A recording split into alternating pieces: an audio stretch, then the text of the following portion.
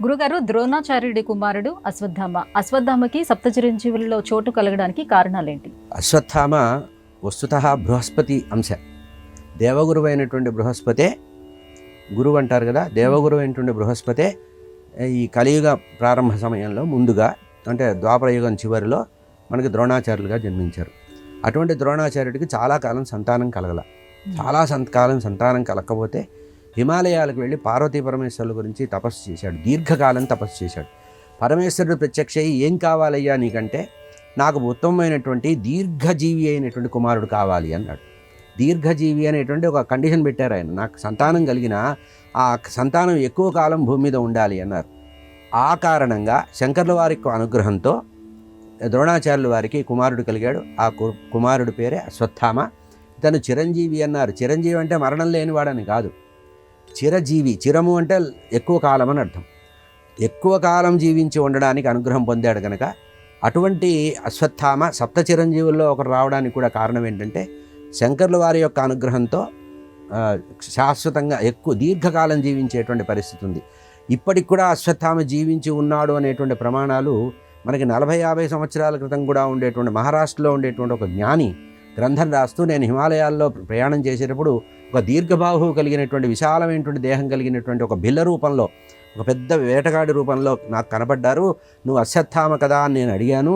అంటే ఎవరికీ చెప్పొద్దు అని చెప్పి అక్కడి నుంచి అంతర్ధానం అయినట్టుగా చెప్పారు. కనుక అశ్వత్థామ ద్రోణాచార్యుల వారికి సప్త చిరంజీవుల్లో ఒకరుగా ఉండేటువంటి అశ్వత్థామ శంకర్ల వారి యొక్క అనుగ్రహంతో ద్రోణాచార్యుల వారు చేసిన తపస్సు కారణంగా భూమి మీద చిరంజీవిగా పుట్టారు.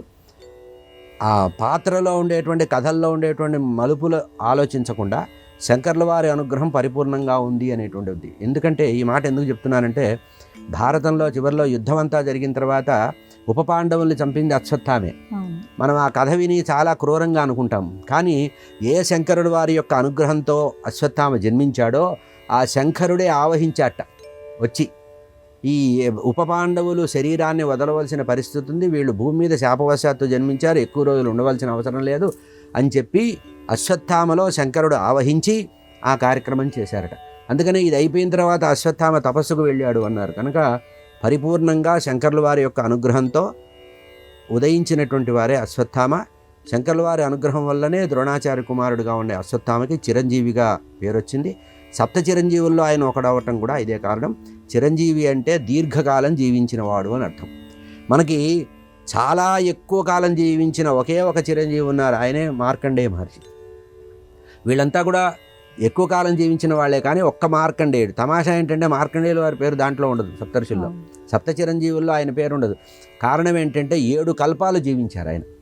అంటే ప్రళయం వచ్చిన తర్వాత 7 ప్రళయాలు చూశాడు ఆయన.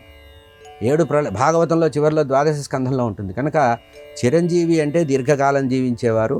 అట్లా చిరకాలం జీవించిన వాళ్ళ దీంట్లో అశ్వత్థామ, బలిర్వ్యాస, హనుమాంశ, విభీషణ, కృపశ్చ, పరశురామశ్చ సప్తైతే చిరజీవిన అన్నారు.